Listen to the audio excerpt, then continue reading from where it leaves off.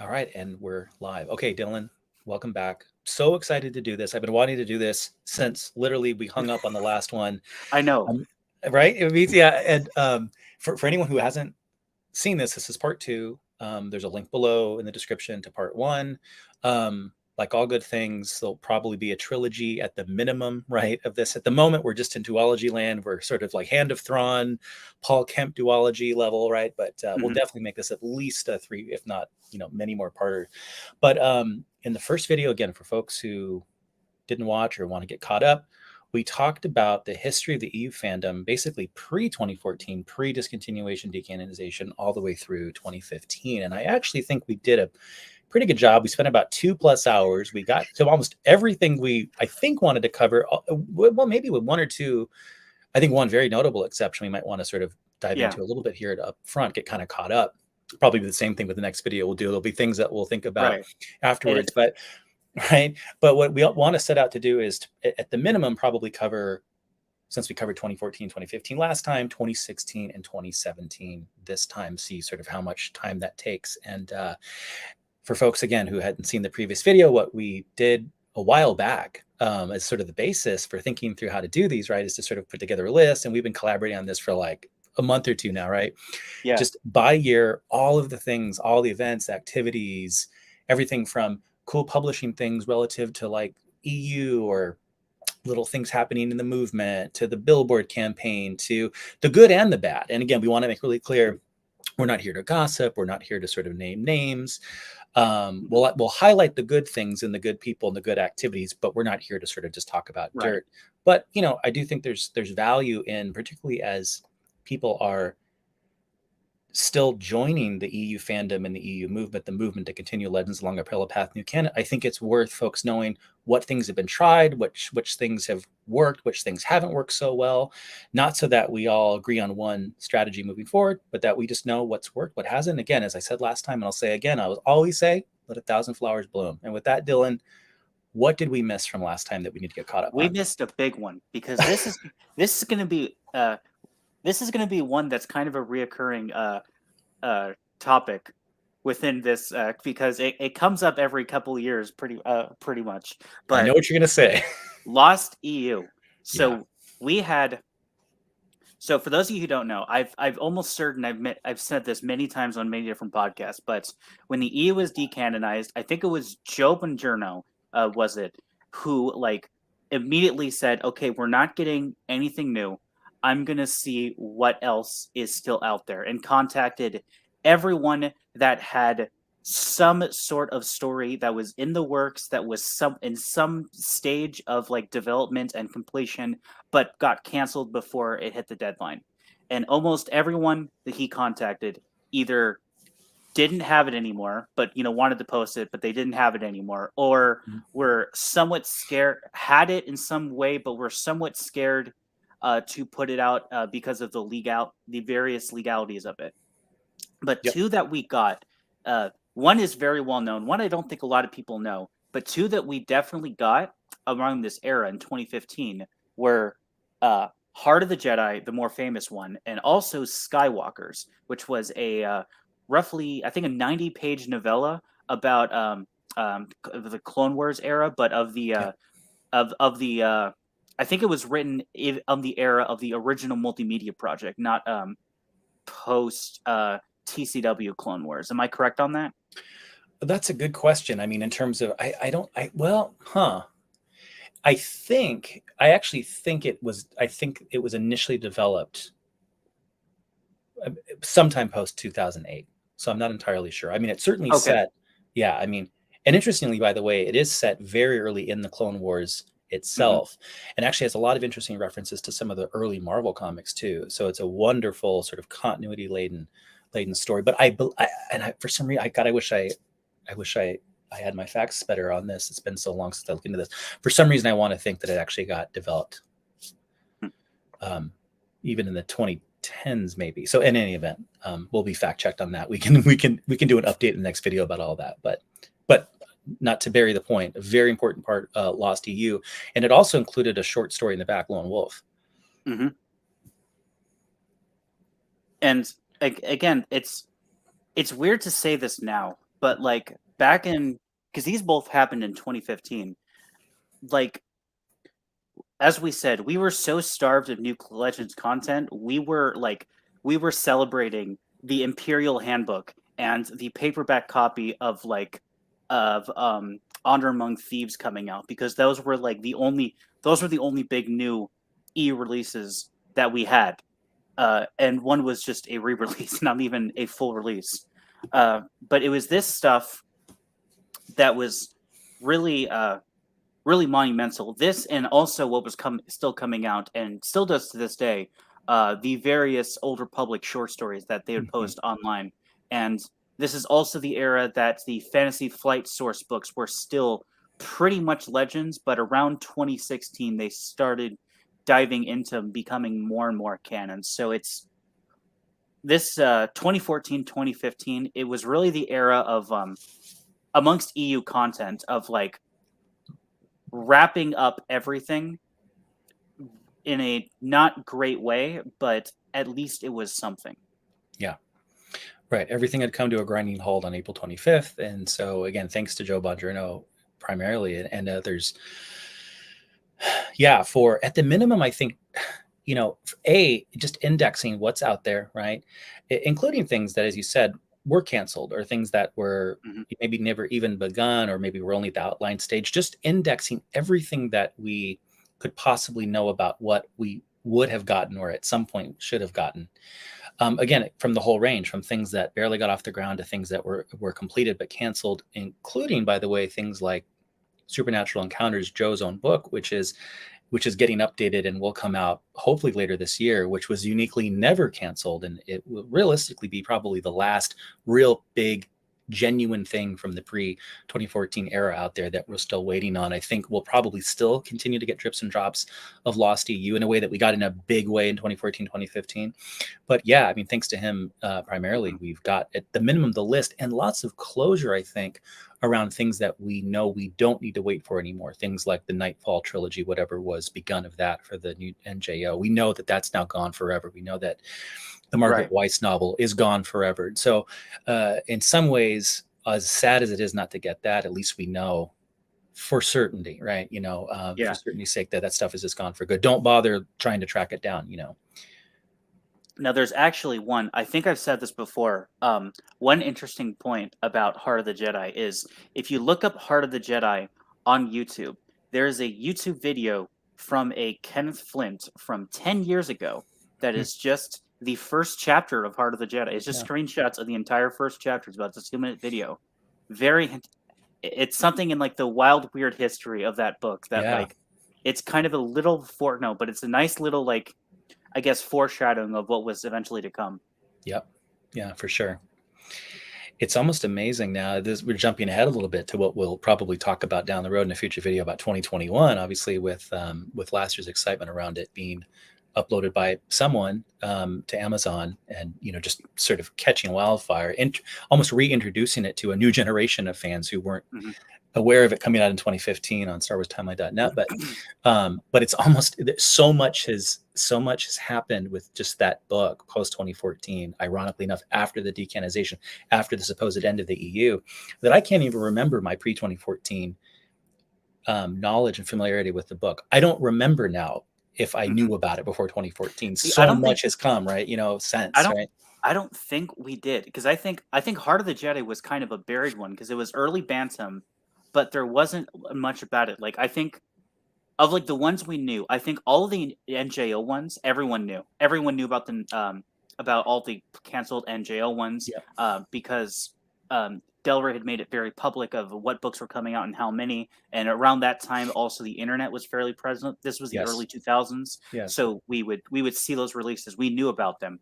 I think we all knew about Escape from Dagu, and we Mhm. obviously all knew about all the ones like the Sword of the Jedi trilogy that got canceled because of the discontinuation.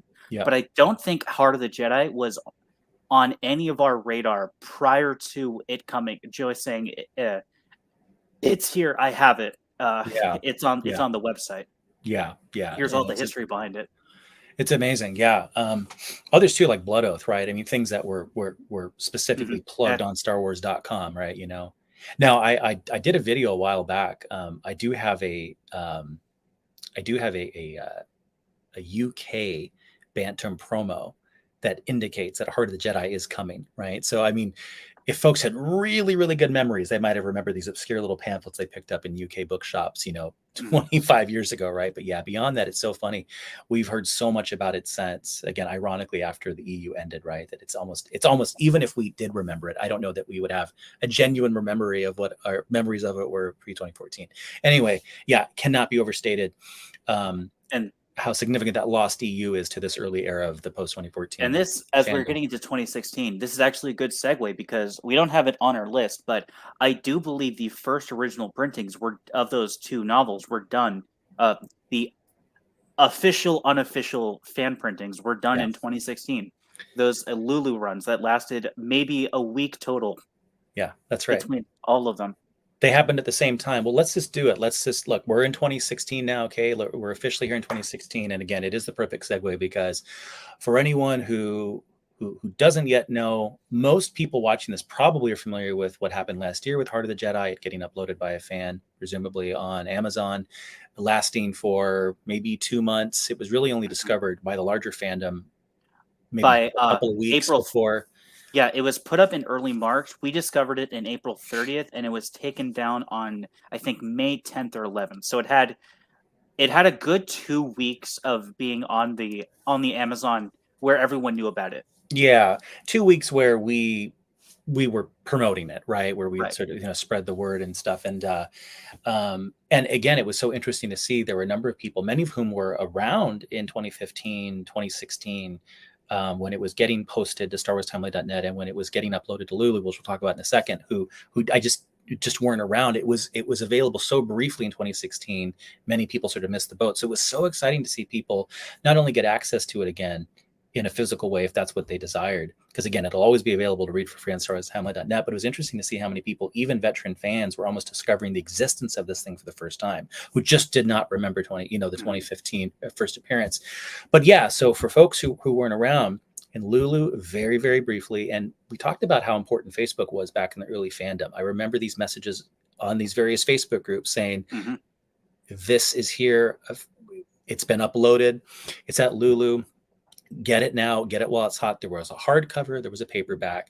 In the heat of the moment, I just didn't have the wherewithal to get the hardcover too, and it pains me to this day. It But was I remember this. It was Heart of the Jedi and it was just the paperback. And then it was also Skywalker's in paperback. And then yeah, there's also a hardcover. And I think like 1 or 2 days after the hardcover came out is when Lulu said no, yeah, take it out.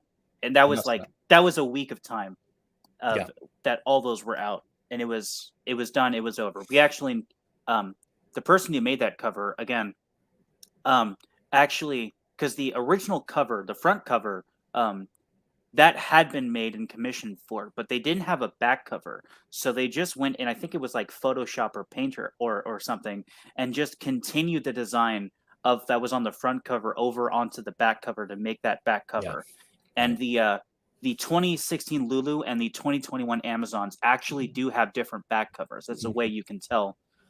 There's a few ways you can tell them, but one of the biggest ones is the back cover because the 2021 uses, I think, the Courtship of Princess Leia back cover, yeah, whereas the 2016 one that was done was a pure on just a member of the community took like that however many hours on Photoshop making that cover yeah, and making it all blend in just yeah, to just to get that copy on a physical copy on their shelf. yeah, yeah.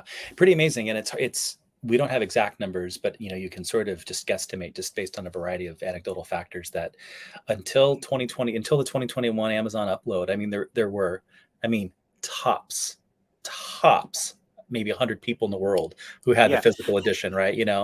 And sadly I wasn't one of the ones with the hardcover, right? But we had the paperback, and that was a really prized possession. But again, what was so, because look, I'm a nutty collector. I want the physical stuff. Obviously a lot of EU fans have a preference for the physical media over digital or otherwise. But what was so nice is that, speaking of YouTube searches, if you go back and search prior to the Amazon upload last year, you can still see a number of fans who are just very randomly discovering the book, encountering it, Mhm. reviewing the book, right? So what was nice is that, and I always make a point of stressing this. It's always available for free digitally on StarWarsTimeline.net for anybody, right? So we're not trying to be sort of like physical media elitists. Mhm. It's always there to read, and that's the point. It's always there to read for free, even if you don't have a physical copy in your hand, right? Mhm. But meanwhile, it is it is still selling on eBay. There are still people I'm who are I'm still tracking them. yeah, And there are yeah, still people who, again, buyer beware. There are still people who are attempting to make forged copies of the 2016 Lulu hardcover.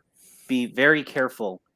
Uh, if you don't have it and you are going to the secondary market, be very careful in what you're buying because I mean, at the end of the day, the story's the story. But if you're paying a lot for to try to get the collector's edition that is that original 2016 hardcover, be very careful that you're actually buying a legitimate 2016 edition, not one someone's just printed, because the files to print them are out there, fortunately and unfortunately, and people sure. have been taking advantage of that. Yeah, that's right. That's right. I mean, one thing to be really clear about, the 2021 upload is that the price was set at a point that basically was just covering the Mhm. costs of producing the book, and that, in other words, it was not done for profit. It was done Right, for, in essence, the fandom, right? And I right. think it's unfortunate to see the way in which it's become a cash cow for, I think, people Mhm. who are less concerned about the fandom, the EU, the continuation of the EU, more EU lore, and just And that was also the true of the buck sale. 2016 version. Absolutely. The Yeah. the person that put it up, they put it up there at the absolute minimum. They didn't want to Yeah. make money off of it. It was just you are paying to have this book published and sent to you. You know. Yeah. Absolutely. And a copy of the 2016 version was actually delivered to Kenneth Flint, right? So Yep. so Kenneth it Flint all was just aware of both printings. He gave his a seal. His blessing. He was yeah. aware. He was perfectly fine with it. He was honestly just happy that people were discovering his story after so long. Absolutely, absolutely, and I think the very ethical way in which it was uploaded, given that price structure at the times, I think is probably what contributed to his sort of good feelings around it, right? Mhm. But yeah, so it's again we're practically doing a 2021 video here, but we'll get back to 2016 in a second. But again, it's so relevant. Heart of the Jedi is one of those things that keeps popping back up that in the story of the fandom, right? But it is, I think, worth slightly reflecting on for those who are arguably unethically sort of like continuing to sort of massively disproportionately benefit financially from sort of continuing to produce these copies and sell them online at inflated costs and stuff. And again, when it's available for free on a website, think about the potential impact this has on the authors who have yet to release, who have, like William Ditz, right, who has escaped from Dagu, right, who maybe has seen some of this stuff, right, and is a little reluctant to put his stuff out there, sort of, because he yes, he wants people to read his version of Star Wars, but maybe doesn't want it to turn into someone's side hustle, right, at the Mhm. benefit of his own work and sweat and tears and stuff Right. going into the book. So it's just worth reflecting on as we continue to sort of identify more lost EU, as it seems like we have a grasp on some of where that stuff is. Beware sort of that thing inside us, that sort of very un-Jedi like sort of desire, that attachment to this stuff, and this weird sense of entitlement about how that's ours, we need it, right? Like let's just let give some of these authors the space, right, to sort of put the stuff out there in the right way. So again, it's just worth reflecting on how some of the Heart of the Jedi release has been done, I think, the right way. Some of the after effects with some of the secondary market sort of arbitragers and stuff, and it's been a little less wholesome. Whatever. That's my only commentary, but Right. okay. So we're talking way too much about 2021. It's my fault. So Yeah. let's Let's get back get to back to 20. 2016. Let's get back to probably. Is this the biggest controversy of 2016? This first one. I um, think it might be. yes. Yeah, I think that's fair. Yeah. So in 2016, Del Rey announces that the great Timothy Zahn is going to come back and write for canon, and in a brand new Thrawn trilogy. Now, this was a turnoff to many in the movement, but I don't think it was the main one. The bigger one was an article with the headline Star Wars author Timothy Zahn tells expanded universe fans to give up. And the I have this in our document, betrayal in quotes, Zahn's betrayal to the EU fans, as posed by him coming back to write for canon, and then that article and the subsequent articles and quotes he's made and statements he's made about Legends and the former continuity. Yeah.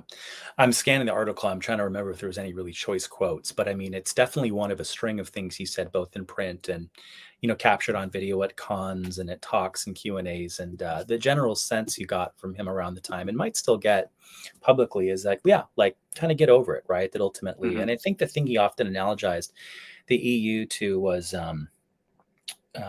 like campfire stories, and that, and I think he sort of computed a lot more sort of meaning just the marketing term legends, right? Than it's really supposed to be there. Like, they're legends, or these myths, like they're partially true, and you can sort of draw on them and stuff. And it's like, it's this quote unquote betrayal in so many senses, right? He's the guy who many looked at as like the figurehead, like basically like the closest thing we'd have to a George on the EU side, inside the writing of the novels and stuff, right? Someone who really was this paragon of what who's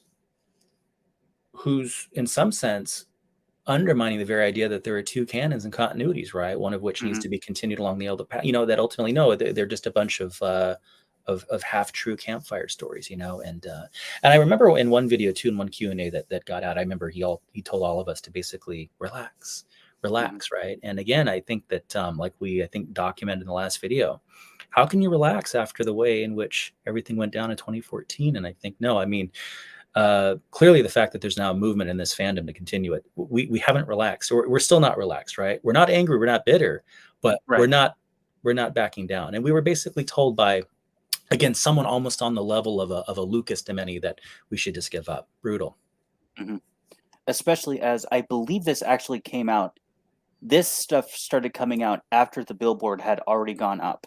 And it was kind of, and I think that's a context that a lot of people are missing. And they, especially at the time when they were, when this was a big controversy, Zahn has betrayed us. I never really had that sense. I think I wrote an article on the website about this at the time in regards to Zahn's Zahn's kind of fall from grace within the EU, where right around the decanonization, he was rightly regarded as one of the best authors in the EU, and now he is a decent but somewhat average. At least that's kind of where I think his public perception is at the moment, and how this contributed. But as I said in that article, if you look at how these questions are being phrased to him when he gives these responses, and who they're being asked to, it's a lot of the people who had basically turned on the EU fandom and are now became overnight EU haters, and had someone to press a mic up against and, oh, what do you think about this? Don't you think these EU fans are silly? Again, one of the interviews, actually, you can find on YouTube from StarWars.com. He is where he says one of these quotes. He is actually being interviewed by Eric Geller, the same guy who wrote that hit piece on EU fans. So how much of this, and this also goes with the Star Wars Fan Days quotes that he had prior to this, how much of this is his actual thoughts, and how much of what he is saying is just him telling the party line and trying to be nice to the people who are interviewing him. Yeah. Well, it's important context to keep in mind, important nuance. And I think it's right. I think oftentimes the questions that many of these former EU authors get about the continuation of the EU are asked in a way that are, designed to sort of, elicit leading questions. Yeah, exactly. And the answers they give are never going to satisfy us, because again, the questions are structured in a way that are leading. And I really encourage folks, when asking old EU authors about the EU, don't ask them things like, hey, what do you think about what Disney did? What are they supposed to say? They want to continue to be in the good offices of the licensees to continue to write these stories, right? They're not gonna say, oh yeah, what Disney did was horrible. Yeah, ask them, hey, what would you do? How would you continue the story? Give them some sort of like creative sort of space to play. But yeah, oftentimes these, and so yeah, I mean, I think it's important to keep that context in mind. And by the way, for what it's worth, just thinking of Zahn specifically, I mean, it's always all anecdotal, but I've heard from like, mutual sort of sources that like privately, yeah, he was bummed about the way things went down, right? As I'm sure many of the authors are. Of course, he's been one of the few who's been able to sort of continue in the new canon side. So I guess he's able to sort of, sort of ride that fence pretty well or whatever, pretty comfortably. But yeah, I mean, for what it's worth, I mean, I do think some of the stuff that happened, some of these interviews, some of these Q&As and stuff, I do think ultimately impacted his perception among many in the fandom. And I think maybe in some cases legitimately, and maybe some cases lamentably, illegitimately, right? I just think like these unfortunate leading questions did not do much to endear him, right? And one of these cases where the EU haters kind of won, they kind of got one over on us, right? And this stuff riled us up for a long time. We're still talking about it, right? So, let's jump to Tosche Station. I think it's sort of related. So, this is actually a callback to the 2015. So the Dragon Con controversy that happened. Well, the person that individual was talking to was actually one of the co-hosts of this podcast, Tosche Station. And this was kind of around this time. I don't know why. This is just Legends podcast lore, but there was a good year and a half where Tosche Station had some sort of beef with Jeremy and I from Legends podcast and would go on and like we would say something on the podcast, again jokingly. I think one time we had like Amelia on and we were talking about how like and like the Twin Sons chat, right? Anytime something with the website would be broken, the joke was, oh, we could just stab it. We can stab the website till it's like complete, until it's like fixed again. And then we just like we have like internal memes of like, oh yeah, we'll stab the website and then it fixed. And then this guy goes on Twitter and is like, so apparently these people want to stab me, and we're just like, what? Right. No, that's not what we said. Yeah. I remember that, and the separate but related thing about the Tosche Station is I think it's an interesting case study in how things change overnight, right? Because Tosche Station, and I think the folks behind them, I think in particular the person you're talking about is someone who pre-2014, huge defender of the EU, admirer of the EU, booster of the EU, advancer of the EU, and really overnight sort of started to change their tune, right? In a way that not just, changed their opinion about the EU content, but really about other EU fans. It really just something excited them. And yeah, they pretty much, overnight, it was just another asset that we lost, another sort of just a friendly sort of safe space for EU conversation radically just sort of disappeared, and I just, yeah, very, very weird. I think we all had some of our run. I think anyone around at the time had our run-ins with that resource. It's really unfortunate. And I think an interesting potential consequence of some of that is I don't think that it went unnoticed by some of the fan relations folks at Lucasfilm, because one thing that I think people forget is that for a long time, Lucasfilm and its licensees had a very intimate, interconnected relationship with a lot of these fan sites, Tosche Station included, a lot of others, Club Jade, the list goes on. And they were included on a special section of the StarWars.com website, basically a place for sort of fan community, right?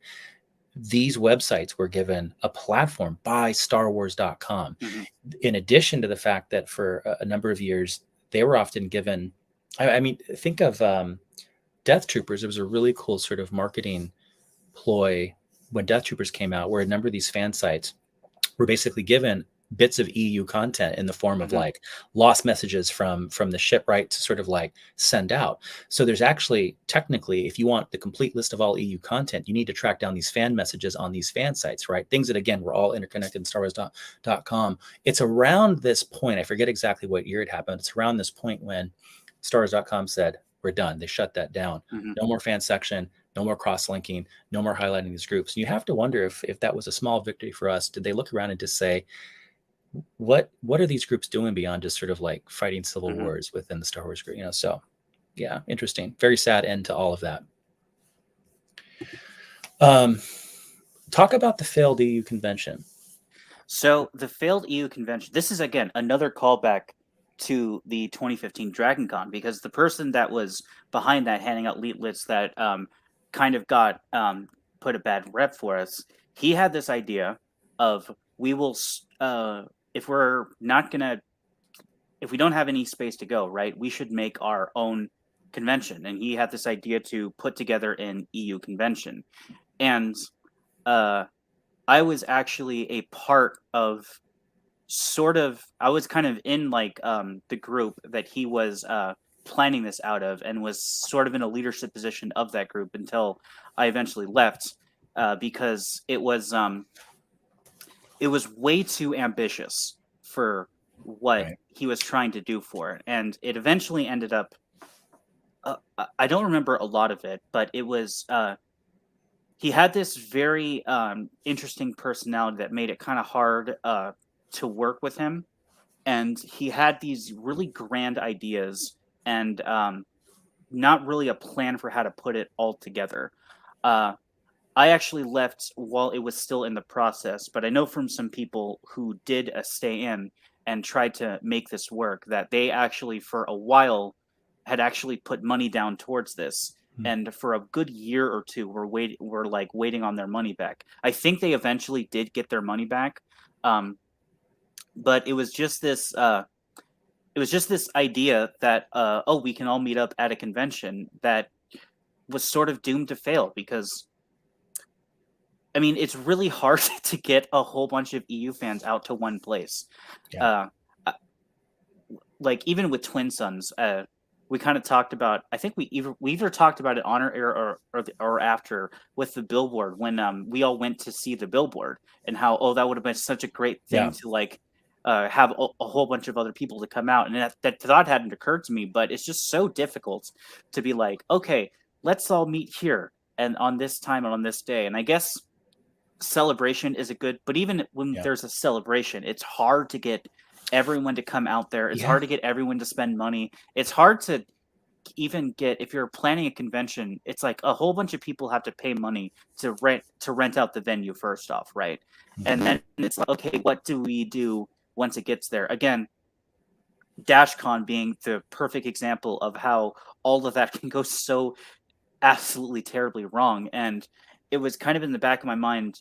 That was in the back of my mind when that was happening, and kind of the reason I stepped out of that. But a really interesting part, I kind of wish we had someone on who was a little more involved with it to talk about it, because I left that project very early into its Mhm. development, and I only really heard about what happened with it after it was all said and done. Mhm. An interesting supplement to our series here, after we complete part 27 of however long the series needs to be to get through this, it would be to have some interesting supplements just about these, right? I mean, an interesting history just of the Billboard, or and a video then just on things like this, right? But again, as an idea, however ambitiously sort of initially sort of like aimed, A for effort, right? I mean, again, Mhm. we talked a lot last time about the doers, right? And Yes. how this fandom and this movement within this fandom to continue the EU, it's not going to materialize on its own, right? Ultimately, Mhm. if anyone thinks there's things that need to be done to sort of raise awareness, people need to do that, right? So, A for effort. And there have been a number of ideas around this over the years, and there's actually a current idea organized by folks who I think identify as the Praxium, are interested in doing something potentially as early as next year. So this idea is sort of recycling, and again, it's interesting to sort of see the building upon, right? Maybe who knows? As far as I know, maybe people were involved in that back in the day and are interested in sort of resurrecting the ideas. So be interested to sort of see what comes about that. But it's so true, even with Celebration, right? There already are these Star Wars things on the books that people can go to, right? So in some sense, like Lucasfilm's already done the logistics work, but I know the number of celebrations I've been to post 2014. It's amazing. Like, I'm there. I know that I'm there with other people I'm friendly with in the fandom, like online, but who I don't ultimately see there. So even if we're in the same, Mhm. building, we're just different panels, different opportunities, right? I mean, the number of people Yeah. who I found out later are like, "What? You were there? You were at the Twin Suns booth? What? I missed you by half an hour? Then that's it." Yeah. You So just, it's okay, if tough. you're basically the meta is, if you're going to the celebration and Twin Suns is there, just stay at the Twin Suns booth the entire time. That's the Yeah. only way to see everyone. That and in 2017, that's ultimately what I just decided to do. I remember I would kind of come by, and then I think by the last day I'm just going to hang out. I'm just going to pretend I'm, when I'm, yeah. So, um, and that was great, let people, yeah. So, so, um, Oh, I remember this one. I yeah, actually have go a ahead. full story uh, Right. about the Legends books one. So this is actually 2016 was when Celebration Europe was happening, and uh, Travis, who's a Twin Sons now, um, was one of the few people from the EU movement that actually went out to Europe. He's from the US, but he went out to Celebration Europe, and he had a conversation with someone involved in the publishing industry for Star Wars at Celebration Europe, and this person told him that Legends books would, in the very near future, no longer be reprinted. And this became a huge thing, so much so that the Del Rey Facebook and Twitter page had to come out and say, no, there are no new plans.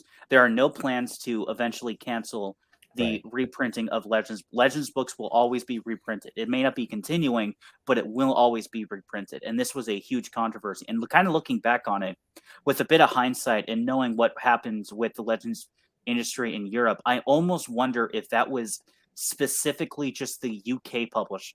And when he Sure. was talking to that person, it was specifically the UK publisher saying, we're not going to be reprinting these as much soon. And then, and he misinterpreted that as all Legends books aren't being republished, which wasn't true.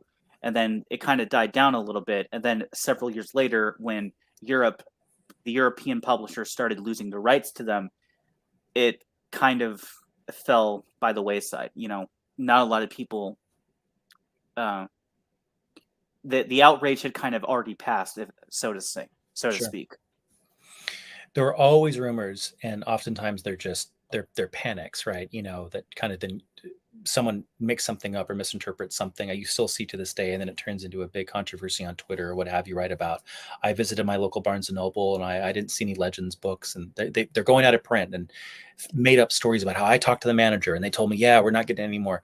Sometimes, folks, you got to just there's a panic in the air about this. But yes, this was a very important moment because for all we know, sure, Mhm. I mean, the explanation that maybe it was just about the European market is plausible, but for all we know, everyone heard that, and then the fandom kicked into gear and started buying those books with those Legends banners Mhm. on them, right? And sort of convinced the bean counters to keep the presses back. It's just really Right. hard to know back in those early days, right? If it And was, yeah, particularly, that's a good point. If that was actually the plan, then they saw the backlash and went, "We can't do this," and yeah, then they said, "No, it was never the plan." yeah, yeah. I guess we'll never know, but it just goes to show it's, yeah, particularly in those early days, anything was possible. I mean, Hmm. again, out of the blue one day on April 25th, they ended it, right? What's to stop them 2 years later from truly ending it really for good? Because it is true, and I don't know if we have this on our list anywhere because it's not so much one date in one year, but it's kind of a trickling sort of thing throughout a lot of different non-North American markets. Um, a lot of the licensees did lose their right to Hmm. republish these things overseas, right? I think it began in France. I think there Hmm. was an issue there. I think in Germany, I think I'm making some of this up, but I've got like a fuzzy recollection. I think of like Yeah, the it was comics definitely. licensee running out. I Yeah, don't so remember. It was just like one after another, and it's right, like just like, oh, this country lost Legends rights to this. This country lost Legends rights to this. This yeah, country, and over the course of, like, I want to say 4 or 5 years, just slowly, yeah, and some of them came back obviously with yeah, Panini taking over the comics. right. Though I think that is now not being continued. I think they hit the end of their contract, and what's not reprinted is not never going to be reprinted. I believe is And what? Yeah, I'm fuzzy on it, but that sounds right.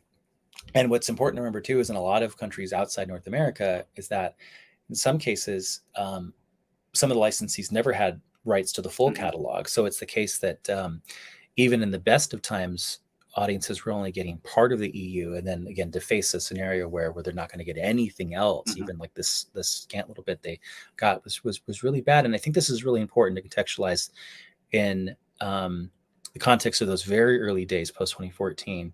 And I don't know if we talked about this in the last video, but what did everyone who came out of the woodwork to hate on us say in those early days? It's not as if J.J. Abrams is going to come in and take your books. Yeah, And they're then not what taking starts your to books. happen? What starts to happen? The books aren't available anymore, right? So Right. scary, yeah. It is. Is there anything to say on the The one item you before currently have that? highlighted? Yeah. Mm-hmm. Yeah. So this is kind of this is a predecessor to something that happens in 2017. But around this time, I'm not going to use names, and Right. we're not actually sure who these people are. There's Mm-hmm. a lot of talk that they may have all been the same person, but there's a group of accounts that start popping up around 2016. And I talked about this before we recorded, but 2014, 2015, the bad actors of the movement, the people that went out and did things that eventually blew up in our face, right? It wasn't that they were out there intentionally trying to give us a bad name. They genuinely thought that they were doing the right thing, that they were doing, Right. that they were helping. It just so happened that it ended up backfiring.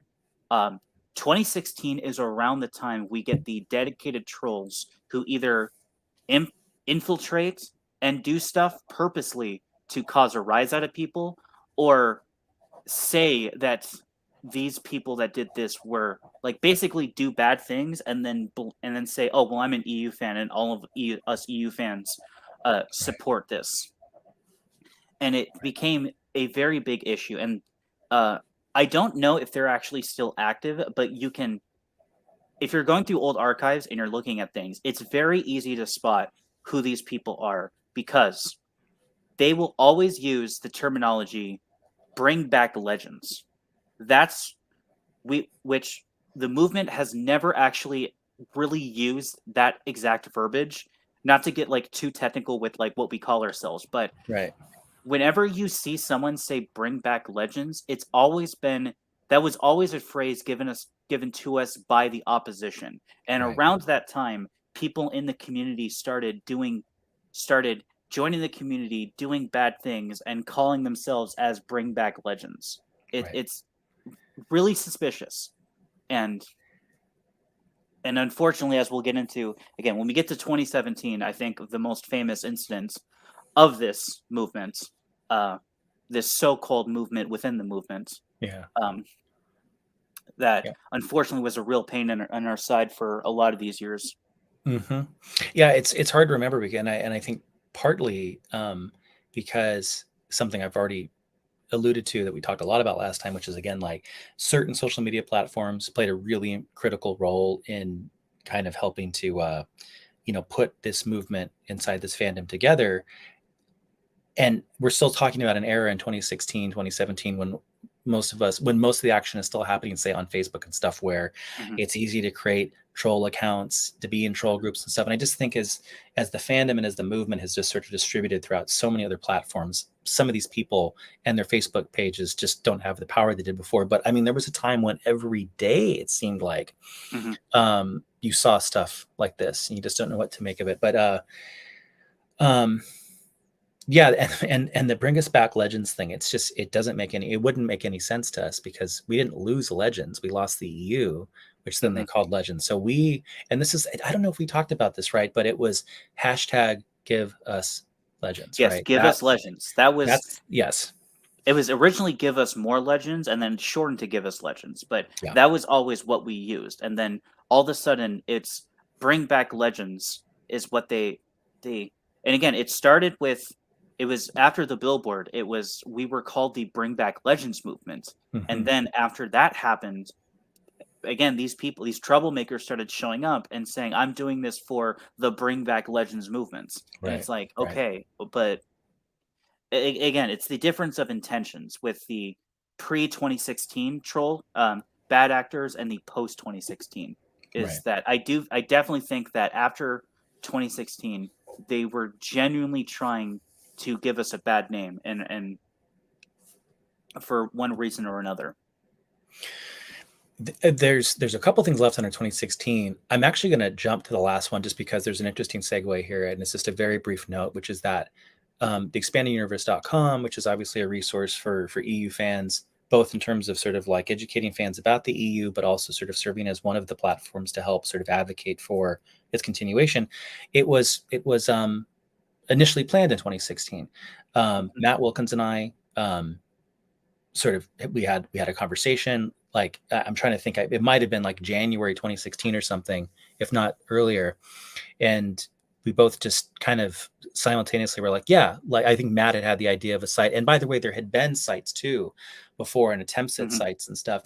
And he was like, I want to do this. And I said, I can do that. And so we put it together, and it didn't get launched till the next year. I for a lot of personal reasons, but yeah, the reason I bring it up here, and the reason why it's an important segue off what we just discussed, is that I got to the point by this year, 2016, by the beginning of 2016, by the end of 2015, I was so done with this level of daily sort of Mm-hmm.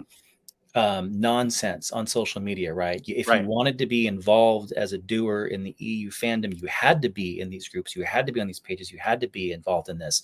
But every day was a constant battle, knocking Right. down like the nonsense, the trolls and stuff. And so what I thought a website would be valuable uh, in terms of like providing a place outside of social media, right? Mm-hmm. So that if other people like me were getting fed up with social media, well, they didn't have to leave online Right. discussion about this. There'd be another place, right? You know, and Right.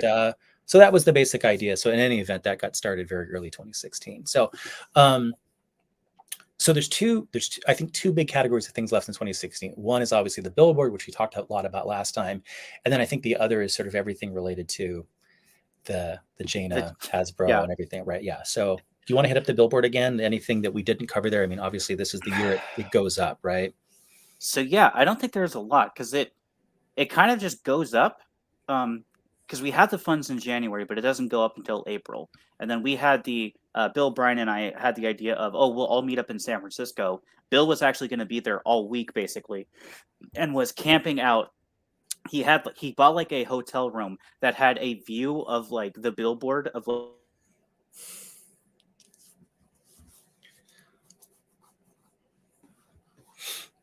like where it was going to go. Oh, I cut out for a bit. Yeah, Am I back? You're back. Okay. He had like, and then like he would woke up at like 6 in the morning. He had gone to sleep and he woke up at 6 in the morning and it was already up. And I think like the twist is like, they did it while I was asleep, but oh well, here it is. Because he wanted to try to film them putting it up, but That's like awesome. Yeah. they just but yeah, and then like a couple days later, Brian and I show up, and then I just remember walking down the street of that hotel because the billboard is like on top of a hotel, right? He didn't get that hotel; he got like another hotel that was nearby. But you know, walking down the street to the hotel, and you couldn't really see it until you got to a block away, and then just standing there with Bill and Brian and being like, "We did that. That's up there because of us," Yeah. Yeah. and how fun that was. And then again, the reception of the billboard was the Good Morning Lucasfilm post that Bill put on the then Give Us Legends Facebook page, because that was the original. Before Twin Sons, we were Give Us Legends. That was the website that we use, and that was the Facebook page. He made a post on that Facebook page, and I believe it got viewed by like 300,000 or 400,000 people. It was like the view count on Facebook, which is absolutely huge.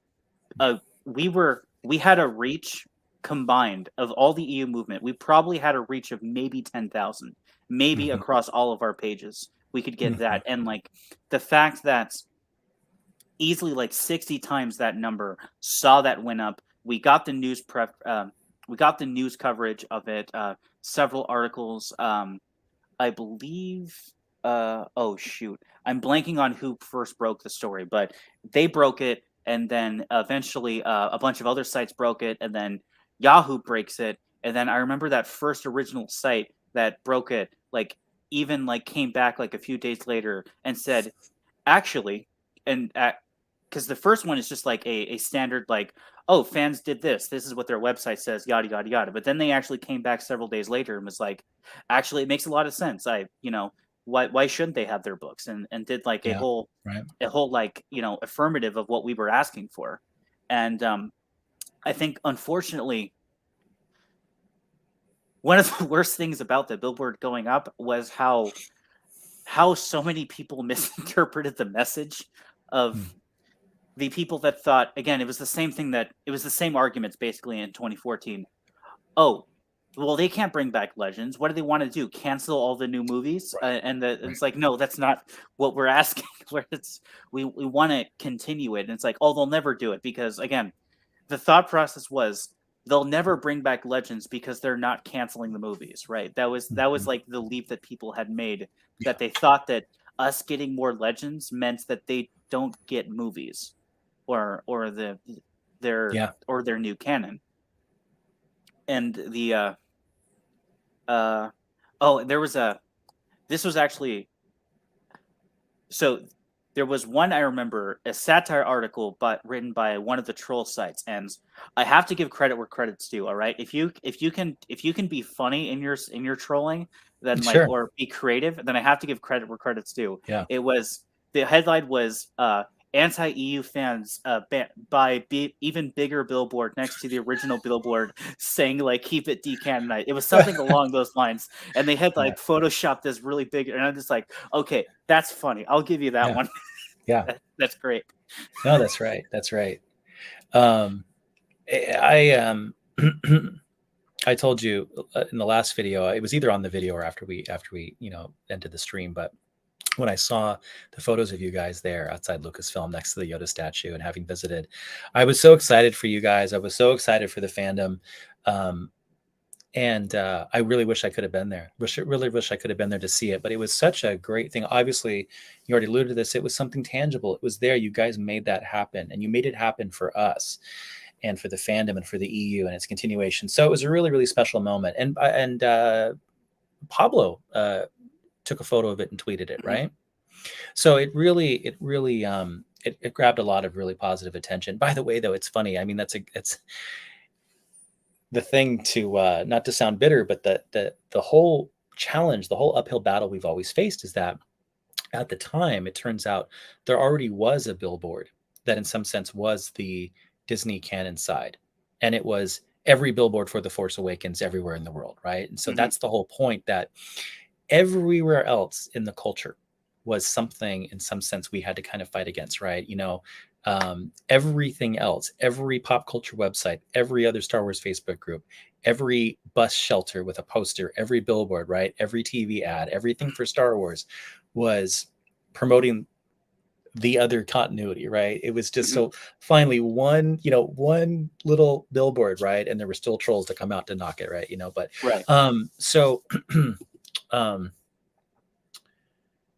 okay, I think the last big thing is just to talk about the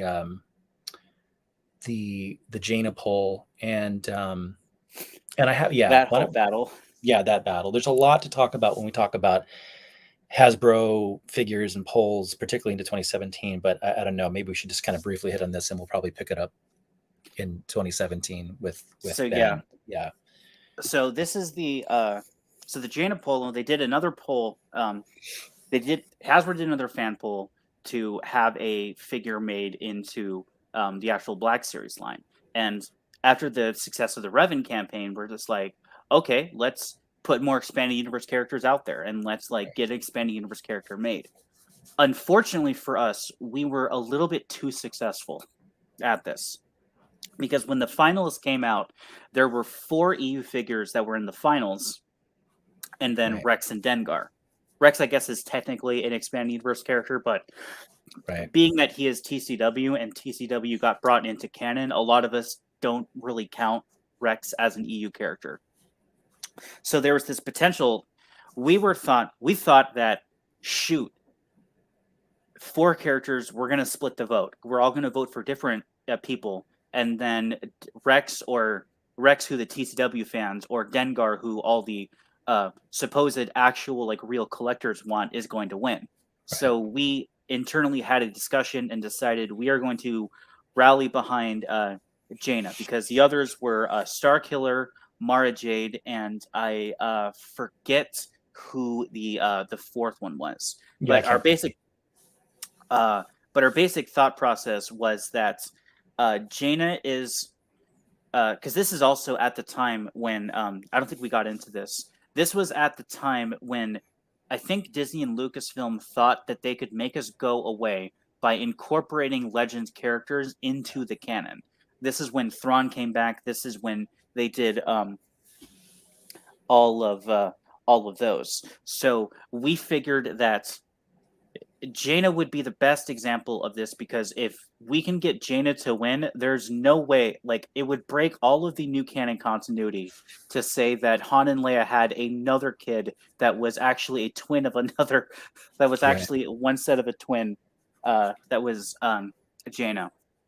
So we all rallied behind Jaina, and Jaina, we had some early victories, but Jaina quickly started getting outvoted and was taken aback to Starkiller.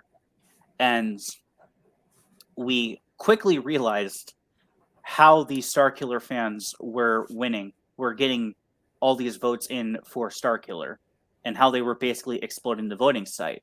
And went, well, we'll do you one better, and close the gap. And at the I think the 11th hour, it was literally the 11th hour. I remember I was Right. at work, I was doing the voting exploit at work, and I got it, and they were like neck and neck because it was percentages. And then Yeah. Jaina hit 1 percentage point ahead of Starkiller at the refresh, and the next time I refreshed, the vote was closed. I think they were literally waiting for one of them to come out ahead and then just close the poll right there, Exactly. Yep. so that they didn't have to deal with the tie. Yes. Uh, And I forget when the figure ultimately came out. Was it 2018? I think it was. It was either 17 or 18, because I remember seeing the prototype at Celebration 2017 Mhm. at the Hasbro booth. But again, we eventually got it. As many people know, I'm sure many people watching this have one. An amazing figure. I think still highly sought after, perhaps because they didn't produce as many. I don't know. I can only speculate. But I think also because obviously it was this rare opportunity for EU fans to come out and do something they didn't really get a chance to do the last, previous 3 or 4 years, which was to spend money in EU stuff. The figure's amazing too. It's part of that Hasbro Black Series technology that actually uses like sort of photorealistic faces, combines Carrie Fisher and Harrison Ford's face to actually produce someone who actually looks like the offspring of those two characters. Just a great figure, absolutely great figure, and an important figure too. And this is jumping ahead a little bit, but concerning that 2017 Hasbro booth where I saw the prototype, I remember the Hasbro folks talking to fans about how, oh yes, this is our Jaina figure. This is and this is their words. This is from our Legends line. Now they don't formally have a Legends line, at least nothing sort of, using public facing sort of marketing lingo, right, to describe it that way. But it was really interesting to sort of see the reps on the floor talk to fans about it that way.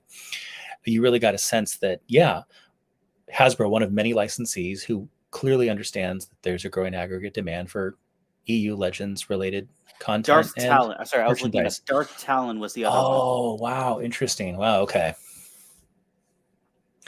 That's it. See, that's a tough choice, that's a tough choice. So the final thing to hit on here, which you already sort of said, but it can't be stated enough. And this we had to fight the same thing in 2017 as well with the Ben Skywalker figure controversy. We had to convince the mainstream Star Wars fans that we were collectors too, right? Because Yes. whenever it seemed like we would win one of these polls, right? In the case of the Hasbro poll, then everyone came out of the woodwork to say, well, you're not real figure collectors, Mhm. right? You're rooting this. We're vintage collectors. We want our Dengar and things like this, right? Who are you? And I remember being told by some of the head muckety mucks in the action figure collecting community, they literally said, who are you? What right do you have to come and sort of ruin our fun? And it's like, well, no, this is an EU collectible. This is a Star Wars collectible I want. I think as a Star Wars fan, you would probably want it too. We all just want, so you get to have 99% of the action figures, right? Which Mhm. we like too. We just want to have Jaina Solo. Don't we all want this? But yeah, we had to convince everyone. And I And remember a again, lot of social media campaigns putting together yeah, montages of all of our collections, right? Yeah. yeah. I think that was actually a campaign we actually did, was to show Yeah. off your collection. We had a big collage of people showing off their figures and collections, just to be like, we're not just like, we're the kind of people who like are really into books and comics. You don't think we also have like giant action figure collections somewhere? Yeah. Like, And again, our whole point, in doing this with the fan poll was that the fan poll was our one chance to get these EU figures made.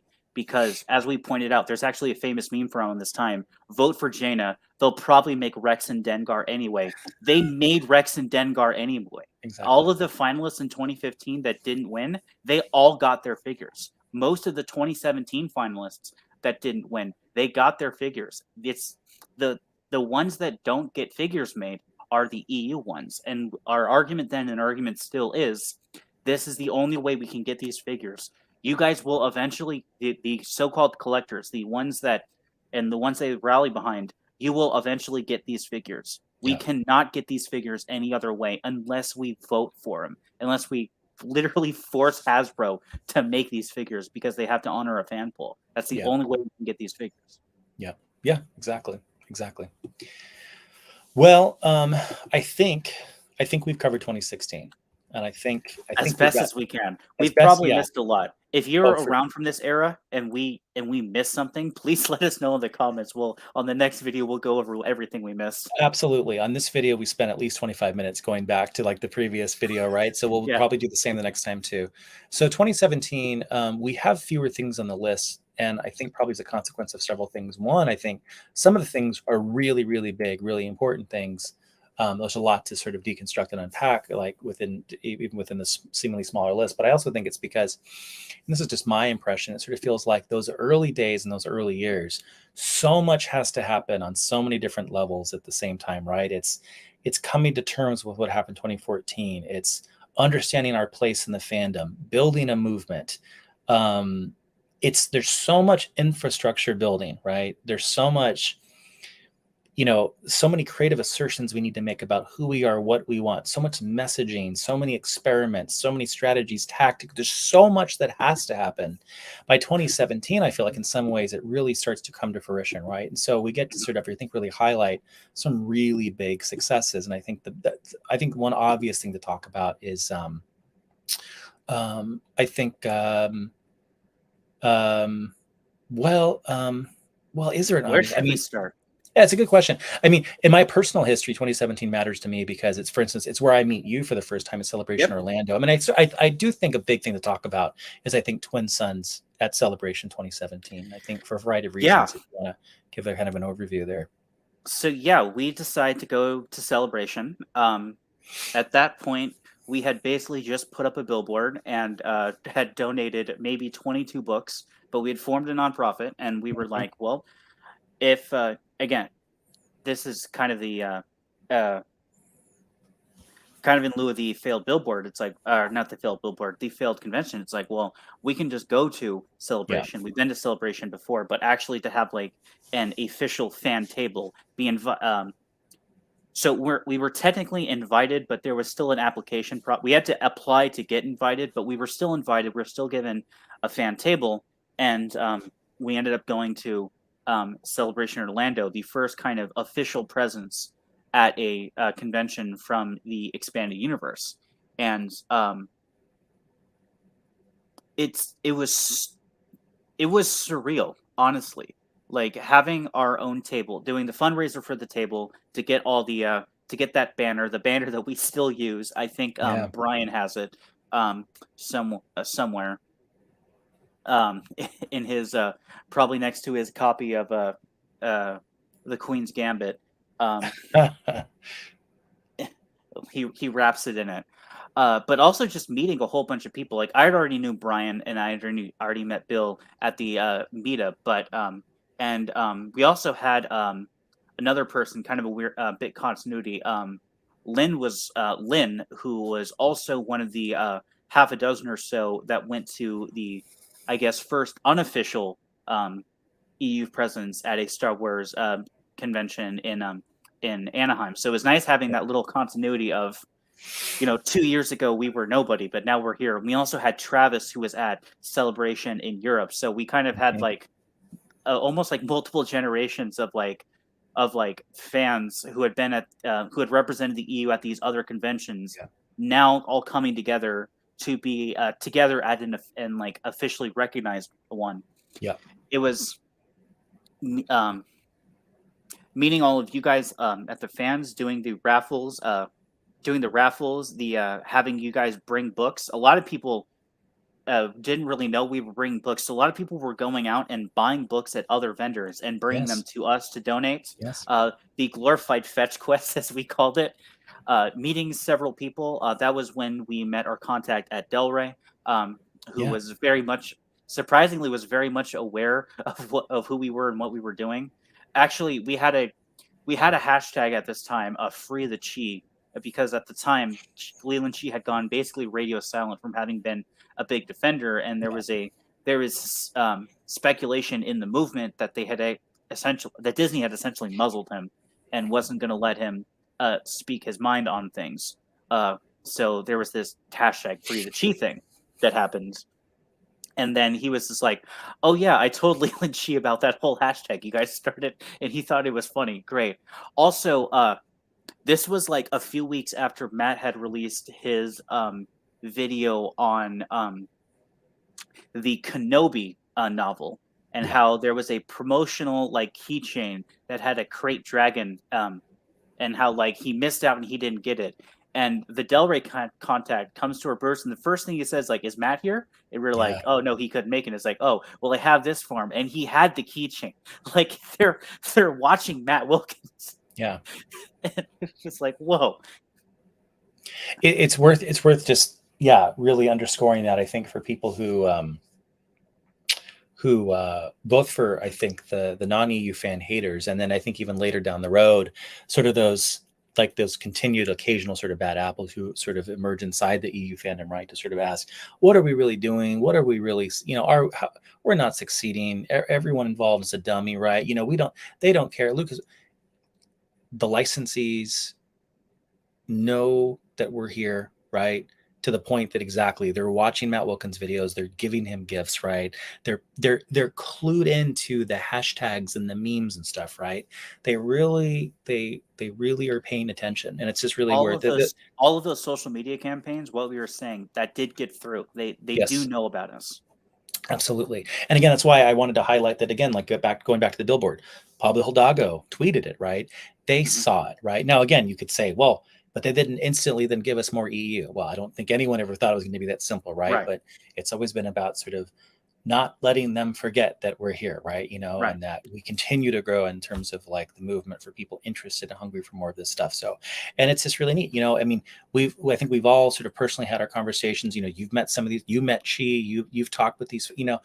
I've talked with the licensees at these conventions, and the toy licensees, the book licensees, the comic licensees, the game licensees, and stuff. So we all have our personal anecdotes, right? But here you've got one of the editors at Delray on the Star Wars, division, right? Coming and admitting that he watches this stuff. He's one of us. That's the thing. He's one of us. He's one of the fans. Mhm. He's watching Matt probably because as an editor of Star Wars stuff, he likes Star Wars too, wants to hear what people think, wants to be part of the conversation. So again, that was really important anecdotes. Interestingly, right? Fun note. I think it was a week later, and then Matt releases his Yes, when the highly girls sort of highly highly kind of controversial. yes. For anyone who doesn't know, we're talking about the Last Jedi trailer dropped at Celebration, and within a week, right, Yes, I right, remember this. Oh no. within a week, Matt does a parody of the Last Jedi video, and it was funny.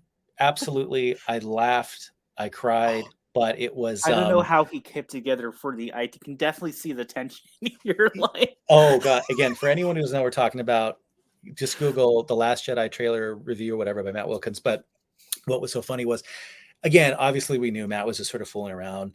Mhm. But it was just like, oh my gosh, within a week of like Del Rey Star Wars editors coming and giving him gifts, Matt's just like going for it. So, oh well, what are you gonna do? But hey, we're allowed to have fun too, right? So Yeah. And but again, if you this is actually great because if you missed this Celebration Orlando or even Celebration Chicago, you weren't in the community. If you go to the Twin Sons YouTube channel, we streamed our entire time there from beginning to end. You can watch the streams. It's not the same as actually being there, but we had someone pretty much on camera talking to the yeah, chat pretty much the entire time. Especially at the later celebration, we actually had some interviews with authors at different times. Yeah. as they came. We flagged them down and gave little interviews. So if you missed out on either of these two celebrations, there is that time capsule where you can go back and literally Yeah. watch us as we were there interacting. I think a lot of people, because I was in some chats at the same time as we were going, and Yeah. like I was chatting with people who were watching the stream. It's like, oh yeah, I have this. I'm like, I have this. Like, I'm listening to it in the background at work, and every time someone says, "Oh look, there's this cool cosplayer," they would tab over and like look at the live stream to see Absolutely. the cosplayer. Well, you guys had two cameras, right? So one's Mhm. focused on the booth and the other's focused out in the convention floor. So it's great. You can see really cool stuff. I stopped by at one point. I ended up doing like an impromptu, like hour-long podcast with you guys, basically, which was, do you remember that back in 2017? Mhm. That was fun during that whole thing too. And actually, when I was like, in between sessions and running around trying to make deals for promo collectibles and stuff like that, just in my hotel room, I was tuning in, right? You know what I Mhm. mean? It was great. That was a really, really valuable resource. And I remember that at the time when I was sitting down with you and Travis to, do that. I mean, I remember there were all the people in the chat. It was great. You know what I mean? It Yeah. was, but yeah. So, okay. Obviously the Last Jedi comes out, of course that's much later in the year. And what's important about that is that in the same way that in 2015, as a fandom, as a movement, we kind of needed to brace. We needed to sort of like, we knew what was coming with the Force Awakens. We knew, we kind of had to gird ourselves for that, right? Try not to be too bitter, try not to be too silly, right? Understand that we're in for this for the long haul, right? We're going to have to be through this at least to the end of 2019 with the end of this new trilogy. And then The Last Jedi comes out, and this is more for 2018, but it's like it becomes one of the most divisive things in the Star Wars Right. fandom in a long time, Again, particularly overnight, online. Yeah, yeah. it becomes cool to hate on Disney again.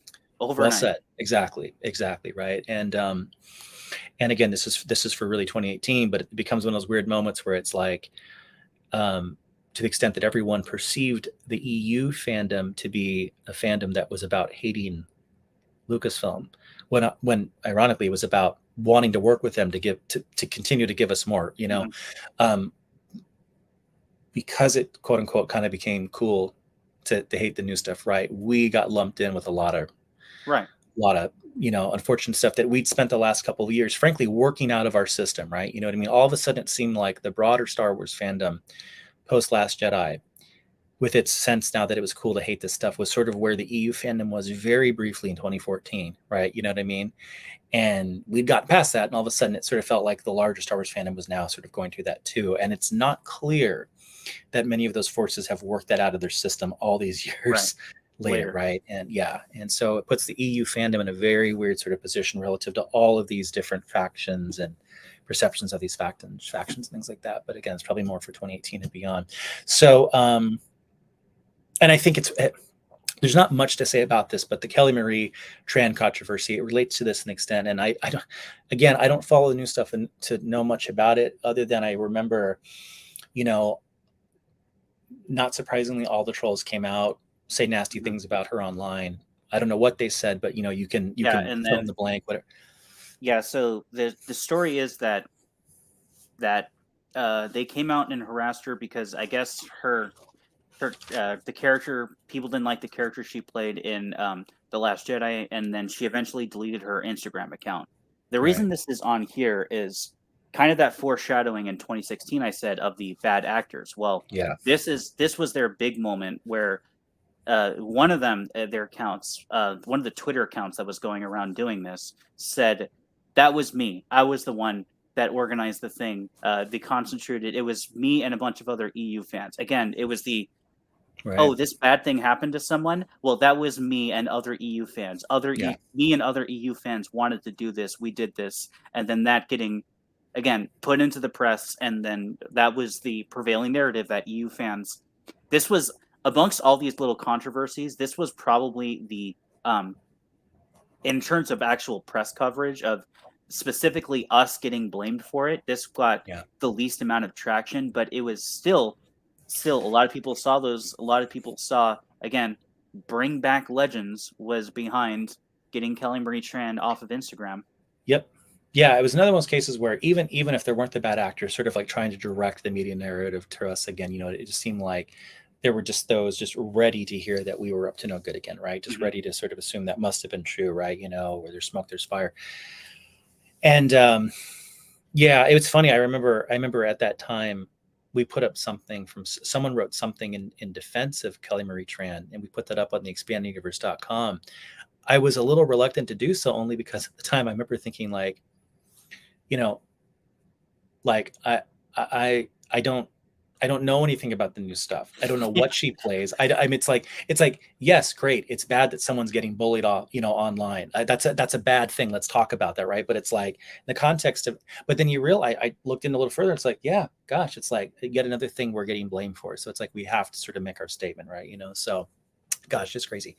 So we can probably end at 2017, I think, with the Ben Skywalker Hasbro poll controversy and everything related to that. Where once again we had to prove that we're collectors, and I think this is where I think unfortunately Hasbro's relationship and our activity with the fandom really sort of changes, right? For a variety of reasons, right? But ultimately, another case where we put together sort of like a strategy to sort of get this Ben Skywalker choice to win, right?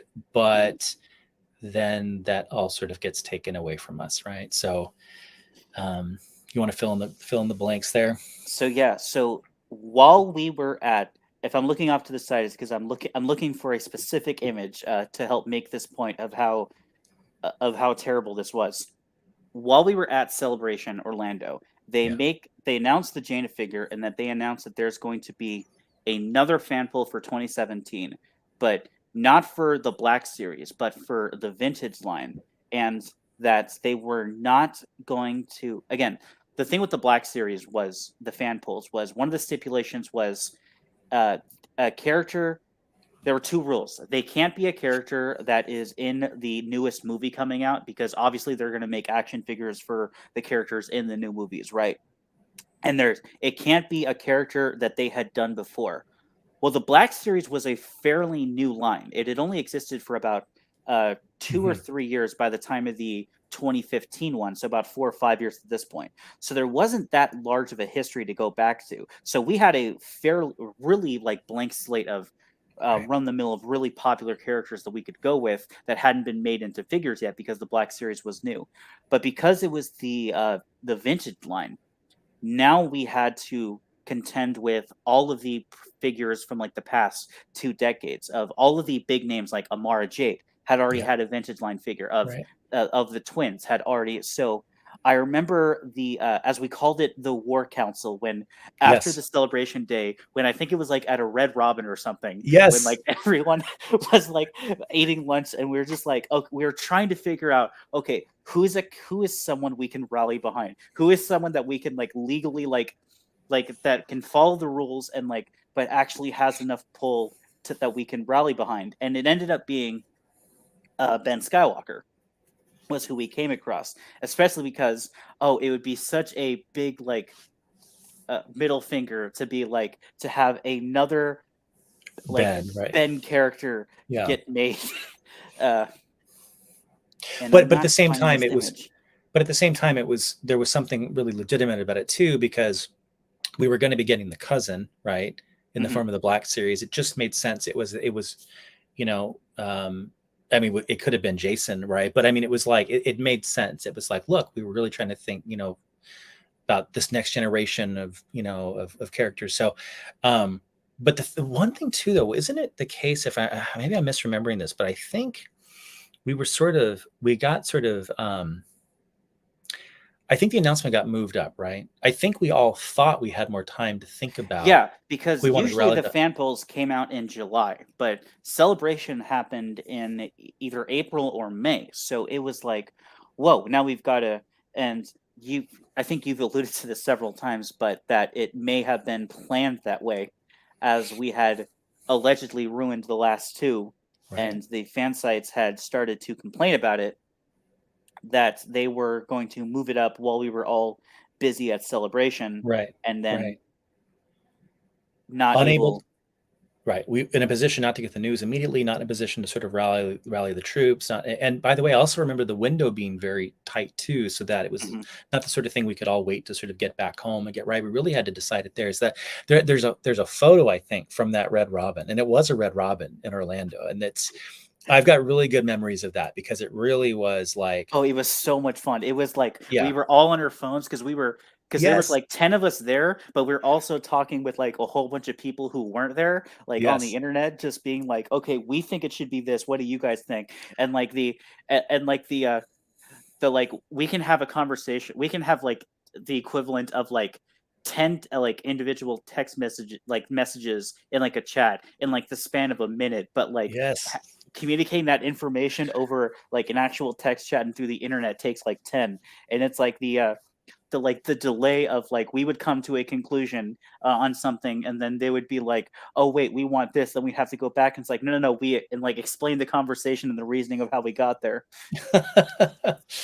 um, yeah, it's one of those things like people will never appreciate like boy, a lot got decided over the course of 45 minutes of hamburgers, right? It was pretty crazy, but it was funny because going into that week, and maybe even going to some conversations with like the Twin Sons folks that were there. I remember before the announcement hit because I think it hit towards the end of the celebration, right? I do Mhm. remember there being a little bit.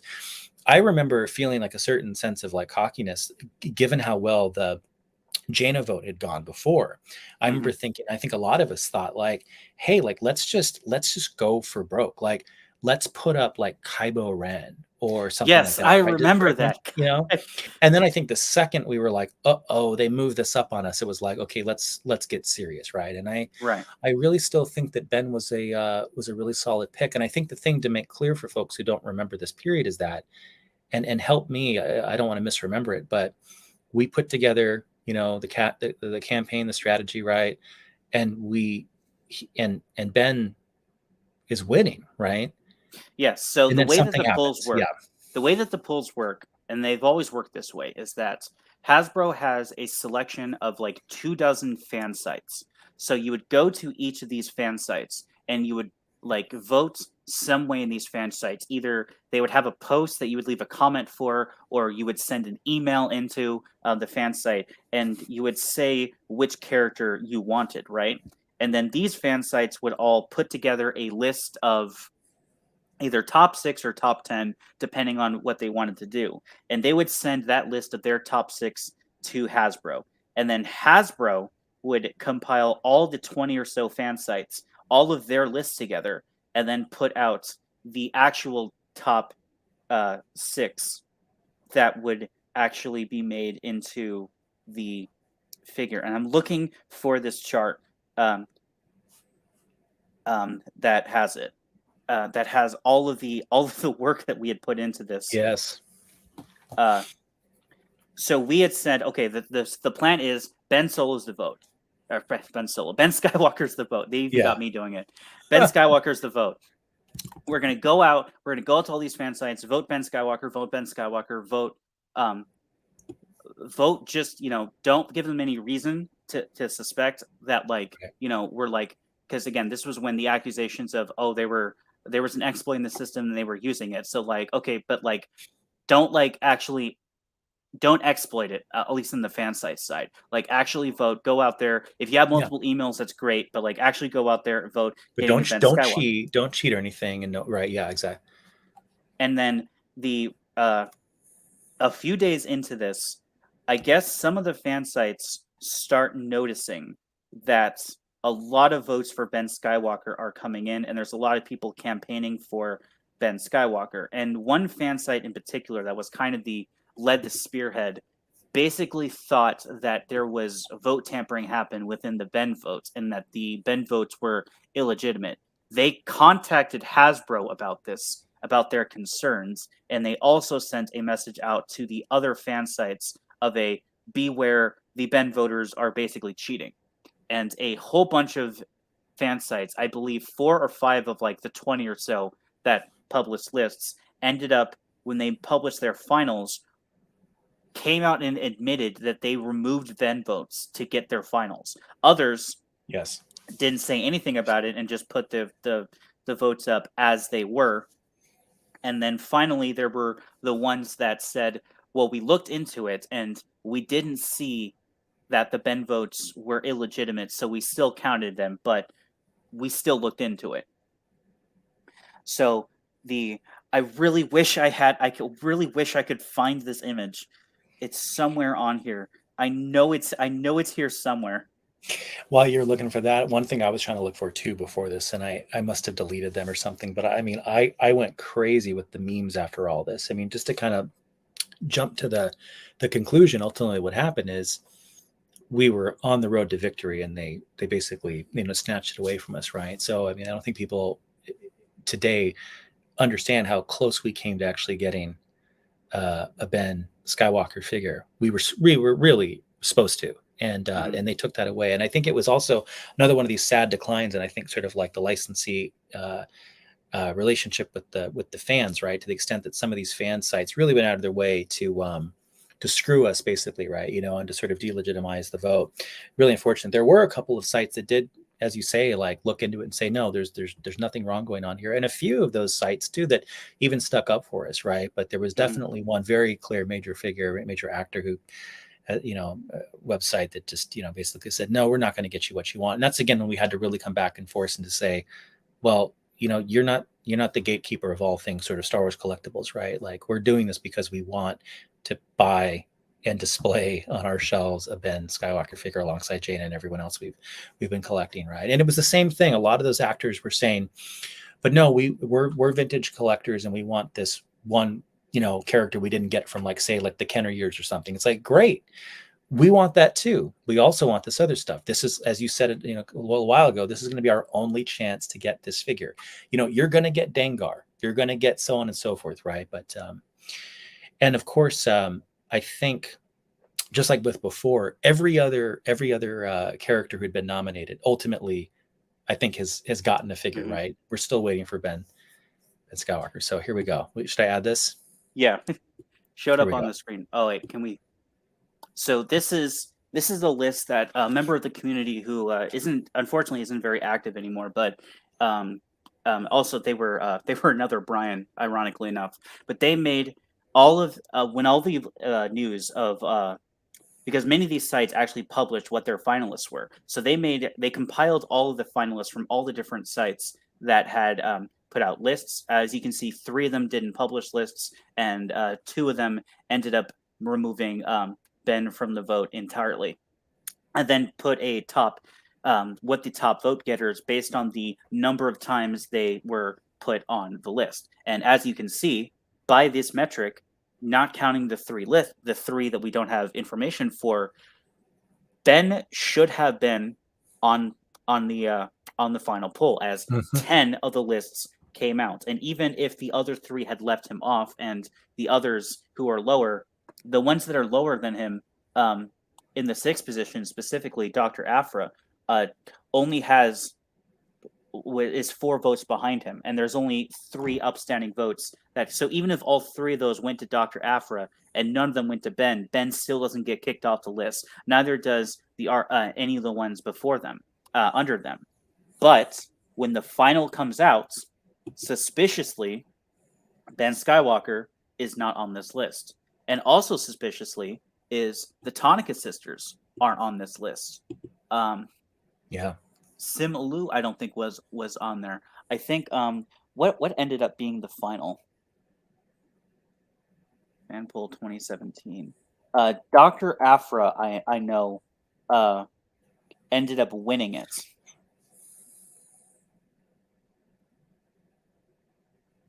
No, that's not.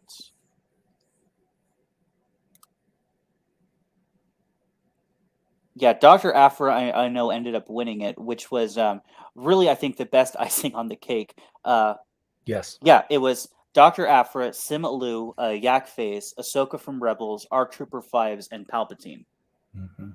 And the one that all of the collectors wanted was, of course, Yak Face, and they had basically thrown us out of the competition in the finals, so that we wouldn't.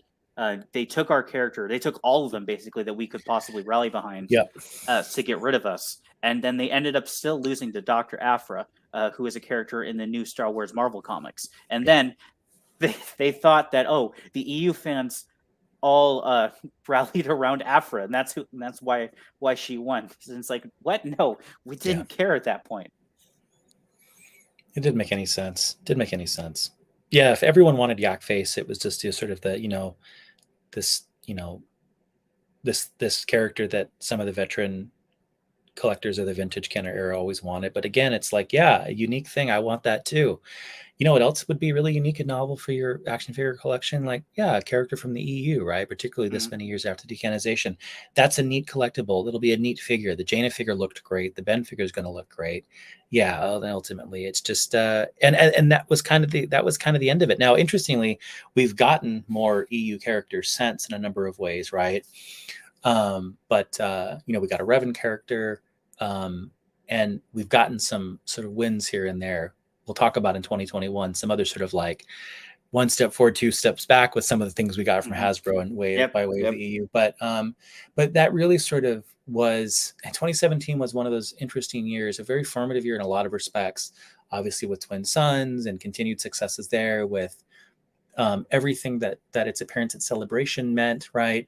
And even though the Ben Skywalker thing was ultimately a failure in some sense, I think the work that the fandom did to get to the point where the haters had to really pull out the big guns. They had to basically just admit that they were just out to get us. You know what I mean? So again, some successes, some failures, right? But we continue to triumph, right? And there'll be a lot more to talk about, probably in future videos, right? Again, all good things come in trilogies, right? We'll probably have to do at least several trilogies of videos, right, to get through. But I mean, just looking ahead, right? And by, to echo what Dylan said before, if there's anything that we've missed about 2016, 2017, or as far as that goes, pre-2014 through 2017, let us know in the comments. We'll talk about it next time. But looking ahead, we've got everything from like, more licensees and overseas markets losing licenses, hot topics related to Chuck Wendig, right? Major fans sort of bowing out, saying enough's enough. And then sort of more kind of internal sort of strife, big successes with Marvel 108. And then 2021, obviously, 2020, with the Billboard, and then 2021, lots of things to talk about. So a lot more history to cover. So Dylan, any final thoughts? Man, it's wild. It's wild to think like, it's wild to think how like in especially in the 2016 era, how like all these little controversies in 2016 27, how like you're in the trenches like all day in day out with controversy after controversy, and here I am 6 years later being like, what was that one again? I know these things that were like such a big deal at the time for like a week, and now have completely escaped my mind. And these other things like just reminiscing about Celebration Orlando.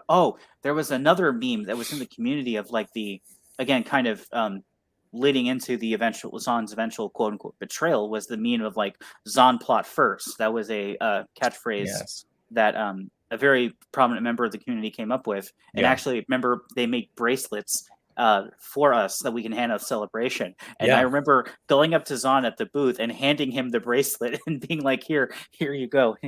Like him being like, oh, that's awesome, thanks.